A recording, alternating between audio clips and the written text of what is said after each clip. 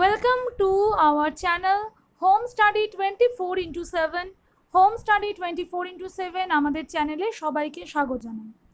আজকে আমরা যে আলোচনা করব সেটা কিন্তু খুব গম্ভীর একটা বিষয় নিয়ে, সেটা হচ্ছে এইডস। এইডস নিয়ে, এইডস কিভাবে ছড়ায়, কিভাবে কন্ট্রোলে থাকতে পারবে মানুষ, এই সমস্ত নিয়ে আমরা একটু আলোচনা করব আজকে তোমাদের সামনে। শুরুতেই বলে দিই, আমি speaker Sonali Ghatak and editor Anindo Bhattacharya. So আর দেরি না করে শুরু করছি আজকের আলোচনা, হোয়াট ইজ এইডস। আর আবারও বলছি, আমাদের ভিডিও যদি তোমাদের ভালো লেগে থাকে অবশ্যই সাবস্ক্রাইব করো, লাইক অ্যান্ড কমেন্ট করো। সাবস্ক্রাইব করার পর অবশ্যই বেল আইকন প্রেস করবে, কারণ বেল আইকন প্রেস করলে আমরা যখনই কোনো ভিডিও আপলোড করব তার নোটিফিকেশান সবার আগে পৌঁছে যাবে তোমাদের কাছে। তো তাহলে আর দেরি না করে শুরু করা যাক আজকের টপিক, হোয়াট ইজ এইডস। ওকে, আমরা এইডস দিয়ে যখন শুরু করছি প্রথমে বলি এইডস এর ফুল ফর্ম কি। AIDS actual acquired immuno deficiency syndrome. এখানে অনেক কিছু লেখা আছে, প্রত্যেকটা জায়গার সম্পর্কে তোমাদের বলছি। ফার্স্টে দেখো, what is AIDS. It is a disorder of cell-mediated immune system of the body. There is a reduction in the number of helper T cell which stimulate antibody production by B cell. This results in the loss of natural defense against viral infection. দেখো, প্রথমেই আমি বললাম AIDS, the full form of AIDS is acquired immunodeficiency syndrome. এবারে what is the acquired immuno, আমরা deficiency মানে অভাব, syndrome তো একটা রোগ, তাহলে এই অ্যাকোয়ার্ড ইমিউনো বলতে কি বোঝাচ্ছে সেটা আমরা বুঝে গেলে এই নামের মধ্যেই রোগটার পরিচয় তোমরা পেয়ে যাচ্ছ। আমাদের বডিতে একটা সিস্টেম রয়েছে, যেই সিস্টেমটাকে বলা হয় অনাক্রম্যতা, ইংলিশে বলা হয় ইমিউন সিস্টেম। আমাদের দেখো সবসময় আমাদের নাক, কিন্তু নাকের ওপেনিং রয়েছে, মুখে আমরা কথা বলি সেখানে ওপেনিং রয়েছে। এই ওপেনিংগুলো অল টাইম এয়ারের সাথে আমাদের একটা কানেকশন তৈরি করছে। এবং দেখো, আমরা যখন কোনো কথা বলছি বা নাক দিয়ে যখন শ্বাস প্রশ্বাস নিচ্ছি, তখন তো কত আমাদের চারিপাশে কিন্তু কত লক্ষ লক্ষ কোটি কোটি ভাইরাস ব্যাকটেরিয়া আছে যাদেরকে আমরা খালি চোখে দেখতেই পাই না। তাহলে সেগুলোও তো আমাদের নাক, মুখ, তার মধ্যে দিয়ে আমাদের বডিতে পাস করছে, ঢুকছে। তাহলে এত যদি ভাইরাস ব্যাকটেরিয়া আমাদের নাক বা মুখের মধ্যে দিয়ে ঢুকে যায়, আমাদের মুখের বাইরে তো কোনো ছাঁকনি লাগিয়ে রাখিনি, তাহলে যদি ঢুকে যায় সেক্ষেত্রে আমাদের বডির সিস্টেম তারা নষ্ট করতে পারে, ভাইরাস রোগ সৃষ্টি করতে পারে, ব্যাকটেরিয়া রোগ সৃষ্টি করতে পারে। এরকম যদি হতো, মানে আমাদের পপুলেশনের থেকেও আমার চারপাশে প্রায়, তুমি বসে আছো, তোমার চারিপাশে প্রায় কোটি কোটি লক্ষ লক্ষ ভাইরাস ব্যাকটেরিয়া ঘুরে বেড়াচ্ছে, তো আমাদের তো তাহলে বেঁচে থাকাই একটা আশ্চর্য ব্যাপার হতো। কেন কিন্তু আমরা তাও বেঁচে আছি, আমরা কিন্তু তাও লড়াই করে বেঁচে রয়েছি। কেন? আমাদের বডিতে যতই ভাইরাস ব্যাকটেরিয়া ঢুকুক না কেন, আমাদের বডিতে একটা প্রোটেকশন সিস্টেমও রয়েছে। This protection system is called immune system. এই ইমিউন সিস্টেম দু রকমের হতে পারে। একটা হচ্ছে যে জন্মগত ইমিউন সিস্টেম, যেটা হচ্ছে ইনহেরিটেড, যেটা আমরা বাবা মায়ের কাছ থেকেই পেয়ে থাকি এবং আমরা জন্ম ইনহারেন্ট বলতে পারো, যেখানে আমার ধরো স্কিন, চোখের জলে থাকে লাইসোজাইম, মানে বাইরে থেকে এরা প্রোটেকশন করছে, বডিতে কোনো ভাইরাস ব্যাকটেরিয়া ঢুকতেই বাধা দিচ্ছে। কিন্তু ধরো সামহাও কোনোভাবে ভাইরাস বা ব্যাকটেরিয়া কিছু আমাদের বডিতে প্রবেশ করে ফেললেও, নাও কি হবে, নাও সেই ভাইরাস বা ব্যাকটেরিয়ার নেচারটা লক্ষ্য করে আমাদের বডির যে ডব্লিউবিসি সেল, অর্থাৎ হোয়াইট ব্লাড সেল, শ্বেত রক্তকণিকা, তারা বিভিন্ন রকমের হয়, তোমরা জানো neutrophil, eosinophil, basophil, lymphocyte, monocyte. এর মধ্যে লিম্ফোসাইট আবার হয় মেনভাবে অনেক রকমেরই হয়, কিন্তু মেনলি হয় দু রকমের, টি লিম্ফোসাইট এবং বি লিম্ফোসাইট। এই বি লিম্ফোসাইট থেকে তৈরি হয় অ্যান্টিবডি, আর যেই অ্যান্টিবডি তৈরি করতে বা বি লিম্ফোসাইট থেকে অ্যান্টিবডি তৈরি করতে বি লিম্ফোসাইটকে অ্যাক্টিভেট করে হচ্ছে টি লিম্ফোসাইট। টি লিম্ফোসাইট আবার দু রকমের হয়, হেল্পার টি সেল এবং সাইটোটক্সিক টি সেল। এই হেল্পার টি সেলের কাজ হচ্ছে, সে হচ্ছে নারদের মতো কাজ করে। মানে ধরো নারদ কি করে, নারায়ণ মানে খালি বলে কিন্তু কিছু ধ্বংস করতে পারে না। তাহলে হেল্পার টি সেল হচ্ছে অন্যকে স্টিমুলেট করছে বা অন্যকে ধরো অ্যাক্টিভেট করছে, এগুলো করছে, কিন্তু ডিরেক্টলি কাউকে নষ্ট করতে পারছে না। কিন্তু মা কালী হচ্ছে সাইটোটক্সিক টি সেল। মা কালী যদি আসে একেবারে গর্দান কেটে নিয়ে চলে যাবে, এরকম ব্যাপার। মানে সাইটোটক্সিক টি সেল কিন্তু কিচ্ছু না বুঝে একেবারে কোনো অ্যান্টিজেন কোষের মধ্যে দেখলে সেই কোষটাকে নষ্ট করে দিয়ে চলে যায়। কিন্তু এই যে বি সেল যেটা আমি বলছি অ্যান্টিবডি তৈরি করতে সাহায্য করে, বি লিম্ফোসাইট, তাকে অ্যাক্টিভেট করছে নারায়ণ এমন বলছে যে লোকজন জড়ো হয়ে যাচ্ছে এবং বি লিম্ফোসাইট অ্যাক্টিভেট হয়ে যাচ্ছে। এরা তৈরি করে অ্যান্টিবডি। অ্যান্টিবডি কি? দেখো ধরো কোনো একটা তোমার বাড়িতে কোনো চোর ঢুকেছে, দারোয়ান কি করবে? তাকে ধরলো, চোরটাকে ধরলো এবং তোমার বাড়ির মালিকের কাছে নিয়ে গেল যে এটা হচ্ছে চোর, অর্থাৎ এ বাড়িতে ঢুকে পড়েছে। তাহলে দেখো, তাহলে আমি এই যে দারোয়ানের কাজটা করে অ্যান্টিবডি, অর্থাৎ যদি ধরো কোনো ব্যাকটেরিয়া বা ভাইরাস বডিতে ঢুকলো, কোনো সেলের মধ্যে প্রবেশ করলো, সেই সেলটাকে ধরছে, আইডেন্টিফাই করাচ্ছে হচ্ছে অ্যান্টিবডি। তাকে আইডেন্টিফাই করলে এবার বিভিন্ন ইমিউন সেলগুলো এসে তাকে ধ্বংস করে।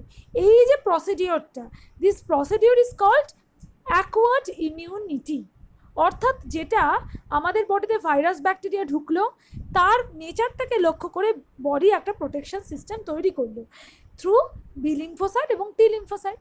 তাহলে বুঝতে পারছো, তাহলে অ্যান্টিবডি তৈরি হওয়া, টি সেল অ্যাক্টিভেট হওয়া, এগুলো সবই হচ্ছে অ্যাকোয়ার্ড ইমিউন সিস্টেমের মধ্যে পড়ে। এবার এইডসের ক্ষেত্রে কি হয়? এমন একটা ডিসঅর্ডার, আমরা কি বলছি? অ্যাকোয়ার্ড ইমিউনো ডেফিসিয়েন্সি সিনড্রোম, মানে যেখানে অ্যাকোয়ার্ড ইমিউন সিস্টেম কোনোভাবে নষ্ট হচ্ছে, ডেফিসিয়েন্সি হচ্ছে বা কমে যাচ্ছে। এবং এইবার তোমরা এই ব্যাপারটা বুঝছো যে what is AIDS? It is a disorder of cell mediated immune system of the body. এই অ্যাকোয়ার্ড ইমিউন সিস্টেমকে সেল মেডিয়েটেড ইমিউন সিস্টেমও বলা হয়। সেল মেডিয়েটেড মানে কোনো সেল দ্বারা ইমিউন সিস্টেম তৈরি হচ্ছে, যেরকম টি সেল, বি সেল যেগুলো বললাম। There is a reduction of the number of helper T cell which stimulate antibody production by B cell. তাহলে এরা কি করছে? সামহাও এই রোগটা হলে বা এইডস হলে টি হেল্পার সেল মানে নারদ, যারা কিনা বি সেলগুলোকে অ্যাক্টিভেট করছিল অ্যান্টিবডি তৈরি করার জন্য, তাদেরকেই সংখ্যাটা কমে যাচ্ছে। তার ফলে টি সেল যদি কমে যায়, সামহাও বি সেল অ্যাক্টিভেট হবে না, সে অ্যাক্টিভেট না হলে অ্যান্টিবডি প্রডিউস হবে না, ফলে হোল অ্যাকোয়ার্ড ইমিউন সিস্টেমটা কিন্তু নষ্ট হবে। তার ফলে কি হয়? This results in the loss of natural defence against viral infection, যার ফলে ভাইরাল ইনফেকশন বলো, যে কোনো ইনফেকশানে যে ন্যাচারাল যে একটা প্রোটেকশন, সেটা বডি করতে পারছে না। সাধারণত এইডস হলে মানুষ কিন্তু সামান্য নিউমোনিয়ায় মরে যাচ্ছে, মানে এইডস হওয়ার ফলে ইমিউন সিস্টেমটা একদম দফারফা হয়ে গেছে। তার ফলে সামান্য যে ইনফ্লুয়েঞ্জা বা ধরো নিউমোনিয়ার যে ব্যাকটেরিয়া যদি আমাদের বডিতে প্রবেশ করে, ইনফ্লুয়েঞ্জা ভাইরাস বা নিউমোনিয়া ব্যাকটেরিয়া, এটা যদি প্রবেশ করে, একেবারে তার বিরুদ্ধে কোনো প্রোটেকশনই তৈরি হচ্ছে না। ফলে সামান্য এই ভাইরাস, যেটা দিয়ে আমাদের ন্যাচারাল বডিতে সব সময় হচ্ছে, সেই সামান্য ভাইরাস ব্যাকটেরিয়ার এগেনস্টেই কোনো প্রোটেকশন তৈরি করতে না পারে না, ফলে মানুষটা মারা যায়। This is the main funda of AIDS. এবার চলো আমরা একটু এইডসের ডিসকভারি সম্পর্কে বুঝি, যে এইডস এই ব্যাপারটা তো কেউ আবিষ্কার করেছেন, হুট করে তো চলে আসেনি। তাহলে এই এইডস ডিসকভারিটা কি করে হলো? শোন ভালো করে। AIDS was first noticed in USA amongst homosexuals in 1981. 1981 খ্রিস্টাব্দে এইডস এই রোগটা প্রথম দেখা গেছিল ইউএসএতে। যারা হোমোসেক্সুয়াল মানে সেম জেন্ডারের প্রতি যারা আকর্ষিত হয়ে পড়ে, সেই হোমোসেক্সুয়ালদের মধ্যে 1981 খ্রিস্টাব্দে এই রোগটা প্রথম ধরা পড়ে। Robert গ্যালো and his associates at the national Cancer Institute, USA, discovered the first human retrovirus. প্রথম হিউম্যান রিট্রোভাইরাস বা এই যে এইডসটা যে ভাইরাসের জন্য হচ্ছে, সেটা প্রথম ন্যাশনাল ক্যান্সার ইনস্টিটিউট অফ ইউএসএতে রবার্ট গ্যালো এটি প্রথম রিট্রোভাইরাস কোন ভাইরাসের মাধ্যমে হচ্ছে সেটা তারা আইডেন্টিফাই করতে পারে। They identified the human T-cell lymphotropic virus type 1 in late 1970s. a type of virus that causes leukemia, blood cancer, and not AIDS. সর্বপ্রথম 1970-এর পরের দিকে তারা যেই রবার্ট গ্যালো এবং তার যে অ্যাসোসিয়েটরা তারা টি-সেল লিম্ফোসাইট লিম্ফোট্রপিক ভাইরাস টাইপ 1 বা HTLV1 এই ভাইরাসটা তারা প্রথম দেখলেন, হিউম্যান টি-সেল লিম্ফোট্রপিক ভাইরাস টাইপ 1, যেটা কিনা একটা ক্যান্সার টাইপ ঘটাচ্ছে, ব্লাড ক্যান্সার, লিউকেমিয়া ঘটাচ্ছে। AIDS virus was discovered by Professor Luc Montagnier and colleagues at the Institut Pasteur, Paris in 1983. It was named lymphadenopathy associated virus. প্রথম AIDS রোগের যে জন্য যে ভাইরাস, সেই ভাইরাস সর্বপ্রথম মানে আবিষ্কার করেন প্রফেসর লুক মন্টেইনার এবং তার কলিগেরা। কোথায়? প্যারিসে 1983-তে। তখন তার নামটা দিয়েছে লিম্ফ্যাডিনোপ্যাথি অ্যাসোসিয়েটেড ভাইরাস বা LAV। Okay, AIDS infections were detected in India for the first time in prostitutes of Chennai, Tamil Nadu in 1986.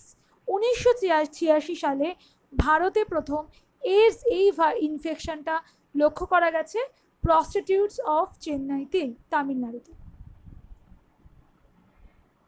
The virus of AIDS was officially named Human Immune Deficiency Virus or HIV in 1986 by the International Committee on Viral Nomenclature.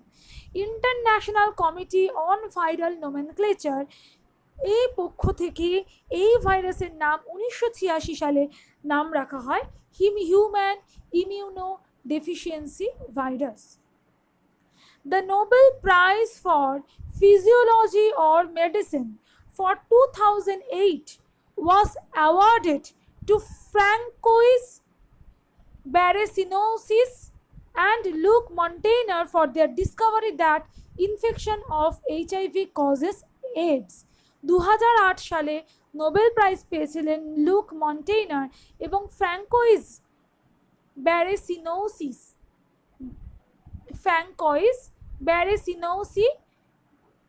2008 সালে Nobel prize পেয়েছিলেন, কারণ তারা প্রথম দেখালেন যে HIV virus, এই human immuno deficiency virus যেটা তৈরি করছে রোগ, সেই রোগটার নাম হচ্ছে AIDS।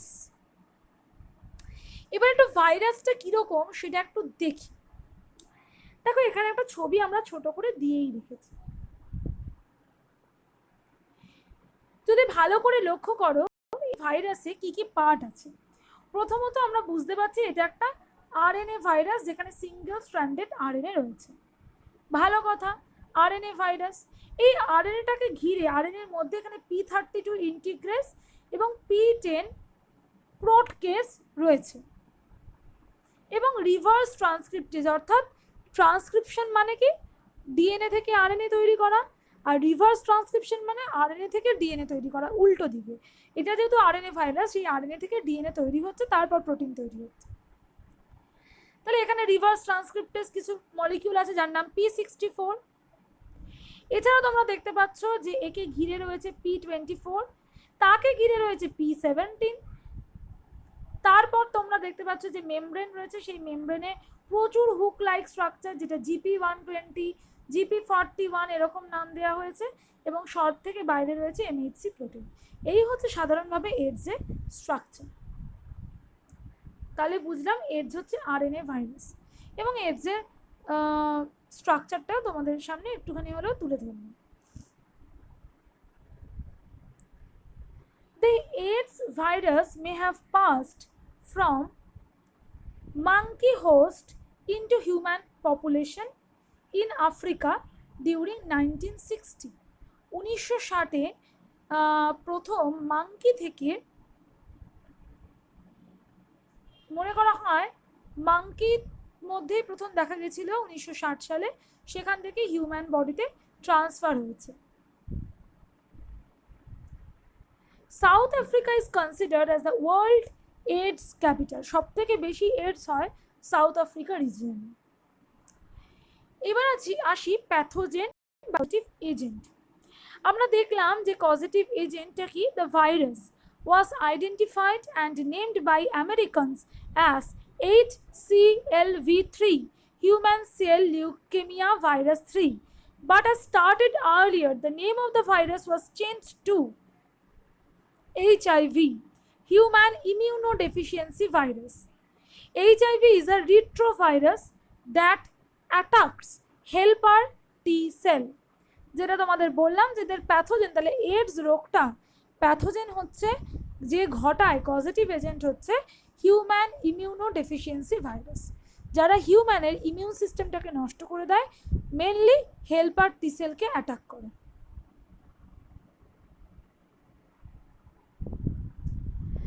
এবার আমরা চলো নেক্সট পার্টে যাই।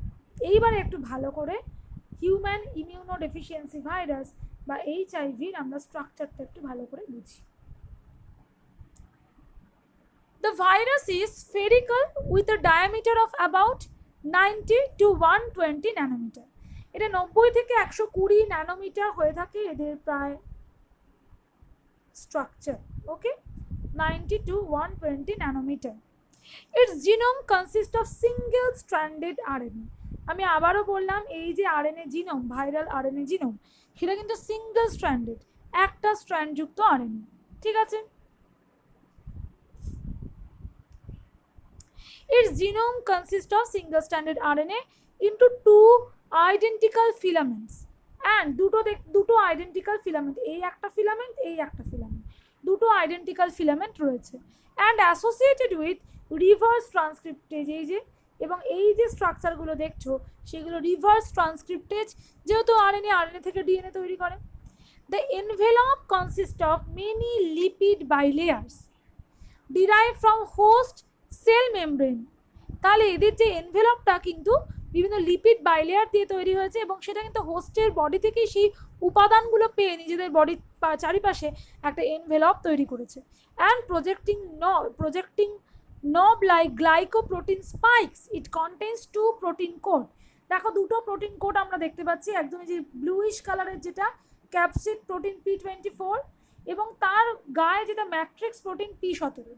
তাহলে আমি আরএনএ কে ঘিরে রয়েছে যে ব্লুইশ কালারে, সেটা ক্যাপসিড প্রোটিন P24 একটা লেয়ার, তাকে ঘিরে রয়েছে একটা ভায়োলেট কালারের ম্যাট্রিক্স প্রোটিন P17। এছাড়া আমরা দেখতে পাচ্ছি কি এদের যে এনভেলপ, তার গায়ে কিন্তু প্রচুর পরিমাণে গ্লাইকোপ্রোটিন রয়েছে, GP120, GP41। GP120 হচ্ছে মুখটা, আর যে দণ্ড মতো রিজিয়ানটা GP41, মানে GP41 এর উপরে রয়েছে GP120, GP120 রয়েছে GP41 এর উপরে। আই থিঙ্ক ক্লিয়ার হয়েছে। এছাড়াও কিছু এনজাইম এবং ফসফোলিপিড এনভেলপ ফসফোলিপিড দিয়ে তৈরি হয়েছে, এবং যেটা ওই হোস্টের বডি থেকেই ওরা সেল মেমব্রেন থেকেই মলিকিউলটা পেয়ে ওরা তৈরি করে। এছাড়া ভিতরে রয়েছে ইন্টিগ্রেস, তারপরে প্রোটিয়েজ, যেমন যেগুলো আমরা দেখলাম। তাহলে আমরা দেখলাম যে দুটো আরএনএ রয়েছে সিঙ্গেল স্ট্র্যান্ডেড, সেই দুটো আরএনএর সাথেও কিছু প্রোটিন রয়েছে, যেমন রিভার্স ট্রান্সক্রিপ্টেজ, ইন্টিগ্রেস, প্রোটিয়েজ এগুলো আছে। তাকে ঘিরে রয়েছে ক্যাপসিড প্রোটিন P24, তাকে ঘিরে রয়েছে ম্যাট্রিক্স প্রোটিন P17, তাকে ঘিরে ফসফোলিপিড বাইলেয়ার মানে বাইলেয়ার, এবং তার উপরে GP41, তার উপরে রয়েছে GP120। এই যে GP40 বা GP120 যে স্পাইক প্রোটিন বললাম, সেটা হচ্ছে তোমার হিউম্যান বডিতে বা যে কোনো বডিতে, হোস্ট বডিতে ঢুকতে সাহায্য করে, ওকে।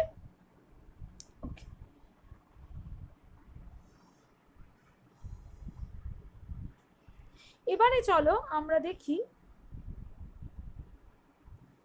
এরা কিভাবে আক্রমণ করছে।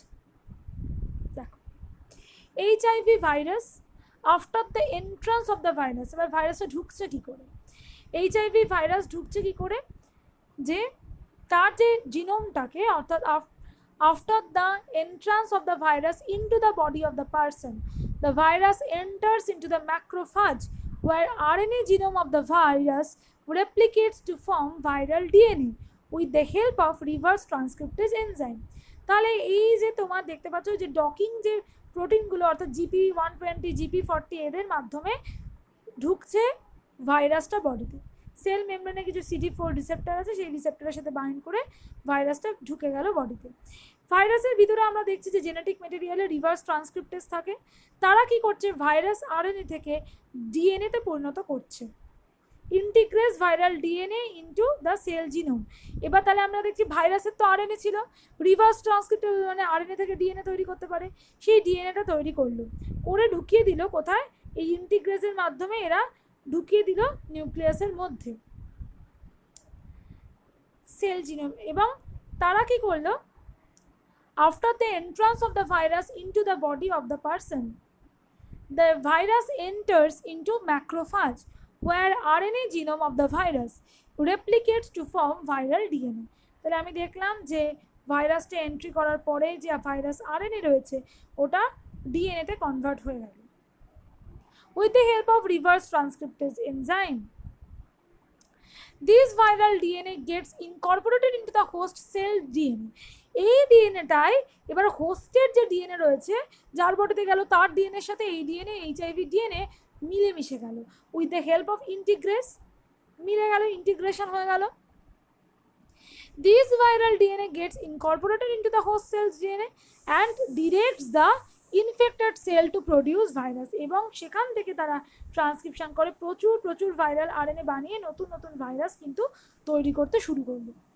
The macrophage produce virus and act like a HIV factory. Macrophage কিন্তু মোনোসাইট মানে যে one type of WBC cell, সেটাই পরবর্তীকালে ম্যাক্রোফাজে পরিণত হয়। ম্যাক্রোফাজরা মধ্যেই মানে ধরো প্রোটেকশন সেলের মধ্যে HIV বাড়তে শুরু করে দিল এবং যেন HIV তৈরির ফ্যাক্টরি হিসেবে কাজ করতে শুরু করে দিল। Simultaneously, HIV virus enter into the T lymphocyte where it replicate and produces other virus. এবার এটা ঢুকে গেল T lymphocyteর মধ্যে, এবং T lymphocyteর মধ্যে ঢুকে এরা কি করছে, আবার রিপ্রোডাকশন করছে, ভাইরাস প্রচুর পরিমাণে বাড়িয়ে দিচ্ছে। তাহলে ভালো করে দেখো এই ব্যাপারটা, ভালো করে একটু চোখ দিয়ে দেখো যে কি হচ্ছে।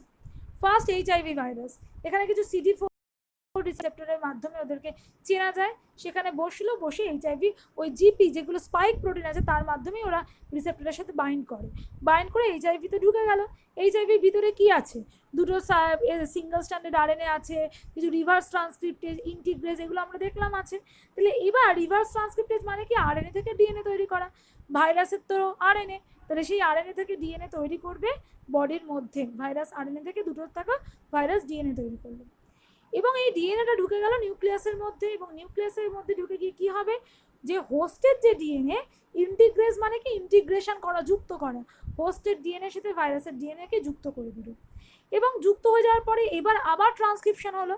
এবার যে এই যে viral DNA plus host DNA এরা মিলে যে ডিএনএ তৈরি করলো, সেই ডিএনএ থেকে এবার আরএনএ তৈরি করলো, আবার সেই ট্রান্সক্রিপশন হলো, ভাইরাল আরএনএ এবার লিভস করলো নিউক্লিয়াসের থেকে বেরিয়ে গিয়ে এসে সাইটোপ্লাজমে এলো, সেখান থেকে ট্রান্সলেশন করে ভাইরাসের প্রোটিন তৈরি করলো, এবং প্রোটিয়েজের মাধ্যমে প্রোটিনগুলোকে কাটিং হয়ে সরাসরি সাজিয়ে গুছিয়ে নিয়ে তারা আবার প্রচুর নিউ ভাইরাস তৈরি করলো, এবং এই নিউ ভাইরাস আবার নতুন T লিম্ফোসাইটে গিয়ে আক্রমণ করলো। T লিম্ফোসাইটে গিয়ে আক্রমণ করার পরে আবার T লিম্ফোসাইটে বাড়তে শুরু করলো। This is repeated so that number of T lymphocyte decreases in the body of the infected person, এবং সেলটাকে ধ্বংস করে দিয়ে বাইরে বেরিয়ে যাচ্ছে, তার ফলে T লিম্ফোসাইট প্রচুর নষ্ট হয়ে যাচ্ছে এবং খুব তাড়াতাড়ি রিপিটেডলি হচ্ছে। During this period the infected person suffers from fever, diarrhoea, weight loss, fever জ্বর হচ্ছে, ডায়রিয়া পেটের অসুখ, ওয়েট লস এগুলো হচ্ছে। Since the number of helper T lymphocyte decreases in the body, the person starts suffering from infection of bacteria, especially mycobacterium, viruses, fungi, and even parasite like toxoplasma. The patient gets immune deficiency and he or she is unable to protect himself or herself against this infection. এর ফলে কি হচ্ছে, যেহেতু এই সমস্ত protection সেলগুলো নষ্ট হয়ে যাচ্ছে, T লিম্ফোসাইট নষ্ট হয়ে যাচ্ছে, ফলে ইজিলি তারা কিন্তু আক্রান্ত হয়ে পড়ছে। এবারে আমরা দেখব যে এই ট্রান্সমিশনটা হচ্ছে কিভাবে, কোন কোন প্রসেসের মাধ্যমে ভাইরাল ট্রান্সমিশন হয়। Virus of AIDS is transmitted via blood and সিমেন। Blood রক্ত এবং সিমেন অর্থাৎ লিকুইড। কী কীভাবে হতে পারে? Number 1, transfusion of infected blood or blood products. তাহলে যদি কোনো মানুষের রক্ত দরকার এবং সেই রক্ত যদি কোনো ধরো কারোর এইচআইভি পেশেন্টের বা এইডস পেশেন্টের থেকেই রক্ত নেওয়া হলো, তাহলে কিন্তু বডিতে এইচআইভি ভাইরাস ঢুকে যেতে পারে। Use of contaminated needles. যদি কন্টামিনেটেড নিডলস মানে কাউকে ধরো ইঞ্জেকশনে যে সুচ সেটা রিমুভ না করে সেইটা দিয়ে যদি অন্যকে আবার ইঞ্জেকশন দেওয়া হয়, সিরিঞ্জ ইউজ করা হয়, সেক্ষেত্রে তার আগের ব্যক্তির যদি এইচআইভি ভাইরাস দ্বারা আক্রান্ত থাকে বা এডস থাকে, তাহলে কিন্তু নতুন লোকটারও মানুষেরও কিন্তু ভাইরাস দ্বারা এফেক্টেড হতে পারে। ইউজ অফ কন্টামিনেটেড রেজার্স অর্থাৎ এই যে দাড়ি কাটার যে রেজারগুলো হয়, সেই ধরো দাড়ি কাটতে কাটতে একটা লোকের ব্লাড বেরিয়ে গেছে, সেটা রেজারের গায়ে লেগে আছে, সেই লোকটা যদি এডস থাকে, আবার নতুন লোককে যখন দাড়ি কাটতে গেছে তখন তার বডিতে কিন্তু ঢুকে যেতে পারে। Sexual intercourse with an infected partner without a condom. Condom ছাড়া যদি ইনফেক্টেড পার্টনারের সাথে সেক্সুয়াল কোনো ইন্টারকোর্স করা হয়, সেক্ষেত্রে কিন্তু বডি এইচআইভি ভাইরাস কিন্তু ট্রান্সমিটেড হতে পারে। From infected mother to child. মায়ের যদি থাকে এইচআইভি ভাইরাস বডিতে বা এডস থাকে, তাহলে সেই প্ল্যাসেন্টা দিয়ে কিন্তু সেটা বেবির বডিতেও যেতে পারে। আর্টিফিশিয়াল ইনসেমিনেশন, অর্গান ট্রান্সপ্লান্ট এবং ওয়ার্কিং ইন হেলথ কেয়ারে যদি ওই একইভাবে জিনিসগুলো ইউজ করা হয়, তাহলে কিন্তু এবং মানুষটি পূর্ববর্তী মানুষের জন্য যদি এডস থাকে, তাহলে সেটা কিন্তু নেক্সট জেনারেশনে এই নেক্সট লোকটার ক্ষেত্রে যেতেও পারে। অর্গান ট্রান্সপ্লান্ট বা আর্টিফিশিয়াল ইনসেমিনেশন যেমন গরু এদের ক্ষেত্রে হয় নতুন প্রোডাক্ট উৎপন্ন করার জন্য। এবং যদি অর্গান ট্রান্সপ্লান্ট এইগুলো যদি ঠিকমতো না হয়, সিরিঞ্জ যদি ভুলভাল থাকে, বা অর্গান ট্রান্সপ্লান্ট যদি হয়, হ্যাঁ, যে কোনো অর্গান কারোর বডিতে ট্রান্সফার করা হলো, সেই সমস্ত যদি করা হয়, সেক্ষেত্রেও যদি ঠিকমতো ওই যে মানুষটির থেকে অন্য মানুষে যাবে বা যে হোস্ট থেকে অন্য হোস্টে যাবে, সেই হোস্টে পূর্ববর্তী হোস্টে যদি ভাইরাস দ্বারা এফেক্টেড থাকে, পরবর্তী হোস্টের ক্ষেত্রেও সেমই হয়ে থাকে। Now incubation period. The incubation period of AIDS range between 6 months to 10 years। Incubation period মানে একটা ভাইরাস বডিতে ঢোকার পরে সঙ্গে সঙ্গে কিন্তু সে তার কাজ দেখায় না বা সে এফেক্ট করে না, অনেক সময় পরে বুঝতে পারা যায়। এই ইনকিউবেশন পিরিয়ড প্রায় 6 মাস থেকে 10 বছর, এটাও হতে পারে 10 বছর পরে গিয়ে সিমটম দেখা যাচ্ছে। Symptom of HIV infection include fever, lethargy, pharyngitis, nausea, headache, rashes. নিত্য নৈমিত্তিক কিন্তু সিমটম হতেই পারে এইচআইভি হতে গেলে। এবং ডায়াগনোসিস কি? AIDS can be diagnosed by ELISA test and Western blotting test. Western blotting test is employed for confirmation of ELISA positive cases. ELISA test enzyme linked immunosorbent assay এর মাধ্যমে বোঝা যায় যে এডস আছে কিনা, এবং সেটা যদি কনফার্মেশন হয়, পজিটিভ ধরা হয়, তাহলে ওয়েস্টার্ন ব্লটিংয়ের মাধ্যমে পুরো ব্যাপারটা ক্ল্যারিফিকেশন হয়। আমি এই টেস্টগুলো সম্পর্কেও তোমাদেরকে পরে ধারণা দেব। Although there is no cure of AIDS, use of certain drug can prolong the life of AIDS patient. যদিও এডসের সেরকমভাবে ট্রিটমেন্ট আমরা এখন অবধি বলতে পারি না, তবে কিছু ওষুধ আছে যেগুলো এডস পেশেন্টদের একটু বাঁচিয়ে রাখতে সাহায্য করে। Zidovudine or AZT,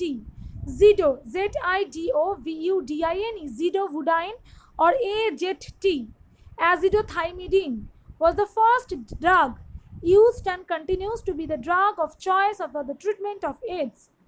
Didanosine or didioxyionosine or DDI is another drug employed to treat AIDS. খুব কম ওষুধ রয়েছে, তবে ওষুধের যে কিওর হয় সেটা আমরা বলতে পারি না। তবে এই অ্যাজিথ্রোথাইমিডিন বা AZT, জিডোভুডাইন বা ডিডানোসিন বা ডাইডানোসাইন এইগুলো ইউজ করা হয় এডসে রোগী চিকিৎসা হিসেবে। প্রিভেনশন অর প্রোফাইল্যাক্সিস যদি আমরা বলি যে কীভাবে প্রিভেনশন করা যেতে পারে। Number 1, HIV medication daily as prescribed. People should be educated. প্রথমত যে এইচআইভির জন্য মেডিকেশন নেওয়া জরুরি, আনডিটেক্টেবল ভাইরাল লোড, টেস্ট করতে হবে যে ভাইরাস সত্যি বডিতে আছে কিনা। Have effectively no risk of sexually transmitted HIV, যাতে করে সেক্সুয়ালি ট্রান্সমিটেড এইচআইভি থেকে রক্ষা পাওয়া যায়। মানে তার জন্য যেটা করতে হবে, people should be educated about AIDS. Every year December 1st December is recalled as the World AIDS Day. It is one of the methods to educate the people about AIDS. AIDS সম্পর্কে মানুষকে জানতে হবে যাতে মানুষ সতর্ক হতে পারে। Blood test must be done in blood donors, donors of semen, donors of organ, patient undergoing haemodialysis and pregnant women. যাদের কাছ থেকে ব্লাড নেওয়া হচ্ছে বা সিমেন্ট নেওয়া হচ্ছে বা অর্গ্যান নেওয়া হচ্ছে, সেক্ষেত্রে কিন্তু তার আগে ভালো করে ব্লাড টেস্ট করা উচিত। Disposable needles and syringe should not be used. Used needles and syringe must be destroyed. Use করা নিডল কিন্তু একেবারে ইউজ করা যাবে না, আর ডিসপোজেবল নিডলগুলো ব্যবহার করতে হবে, অর্থাৎ একবার ইউজ করার পর সেটাকে যেন নষ্ট করে দেওয়া হয়। In sexual relationship one should be monogamous. Sexual relationship খুব সতর্কভাবে করতে হবে। Dentist should be sterilized equipment. ডেন্টিস্টদের যে দাঁতের চিকিৎসা যারা করেন তাদের কিন্তু যে যন্ত্রগুলো ব্যবহার করেন সেটা কিন্তু স্টেরিলাইজড হতে হবে। Avoid tattoos, ear and nose piercing from unqualified people. Tattoo করা বা ধরো কানে বা নাকে যে আমরা কানের দুল পরি বা নাক ফোটাই, এটা কোনো আনকোয়ালিফাইড মানুষের দ্বারা করলে চলবে না। Avoid use of common blade in barber's shop. এই দাড়ি কামানোর সময় কিন্তু কমন ব্লেড ইউজ করা যাবে না। Many people are ignorant about AIDS and it has been said that don't die of ignorance. ইগনোরেন্সের জন্য কিন্তু মৃত্যু নিয়ে এসো না। NACO, National AIDS Control Organization, and other NGOs or non-governmental organizations are doing good work to educate people about AIDS. মানুষ যদি AIDS নিয়ে সতর্ক হয় তবেই কিন্তু মানুষ এর মোকাবিলা করতে পারে। টপ 5 মিথ, তবে এইডস সম্পর্কে যে মিথগুলো দেওয়া আছে যেগুলো কখনোই আমাদের এইডসের সাথে যায় না অথচ মানুষ সেটা ভাবে। Number 1, it's not possible to live a normal life with HIV or AIDS. এই যে মিথ যে যারা ধরো ভালোই জীবনযাপন করছে তাদের বডিতে HIV নেই, এটা কিন্তু বলা যাবে না। Number 2, you can contract HIV through sharing items like cups, dish and towels. এটা কিন্তু কখনোই নয় যে আমি কাপ, ডিশ, টাওয়েল বা তাকে ছুলেই কিন্তু HIV হয়ে যাবে, HIV পেশেন্টকে ছুলে, এটা কিন্তু একদমই নয়। Myth 3, you don't have sex with someone who is HIV positive without risking getting HIV. You can't have sex with someone who is HIV positive without risking getting HIV. এটা কিন্তু নয় যে HIV নেই মানেই তার সাথে আমরা কোনো কন্ট্রোল ছাড়াই সেক্সুয়াল ওয়ার্ক করা যেতে পারে, কারণ কার আছে সেটা কিন্তু অনেক সময় বোঝাও যায় না। Individual who use drugs can only get HIV if they share needles or syringe. কখনোই নয় যে যারাই মানে একমাত্র সিরিঞ্জ দিয়ে ফোটাচ্ছে বা এই জাতীয় করছে তারাই যে একমাত্র এইডসের বাহক হতে পারে সেটা কিন্তু নয়, অন্য অনেকভাবেই কিন্তু আসতে পারে।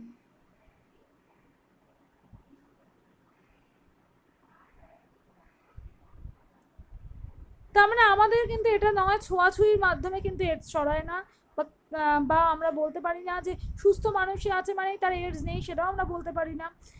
আর মানে একমাত্র HIV পেশেন্টের সাথেই রিস্ক মানে সেক্সুয়াল ইন্টারকোর্স ভেবেচিন্তে করতে হবে সেটা নয়, প্রত্যেকটা মানুষের সাথেই মানে যখন সেক্সুয়াল ওয়ার্ক করা হবে তখন কিন্তু অবশ্যই বা ইন্টারকোর্সের সময় অবশ্যই কিছু সাবধানতা অবলম্বন করা উচিত। এবং শুধুমাত্র সিরিঞ্জ নয়, সিরিঞ্জ ছাড়াও কিন্তু HIV হতে পারে। Women who are infected with HIV cannot have children without passing on the virus. এটাও কিন্তু ঠিক নয় যে HIV হওয়া মহিলারা কখনো বা বেবি তৈরি করতে পারবে না, মানে বা বেবির HIV হবেই সেটা কিন্তু বলা যায় না, তবে হতে পারে।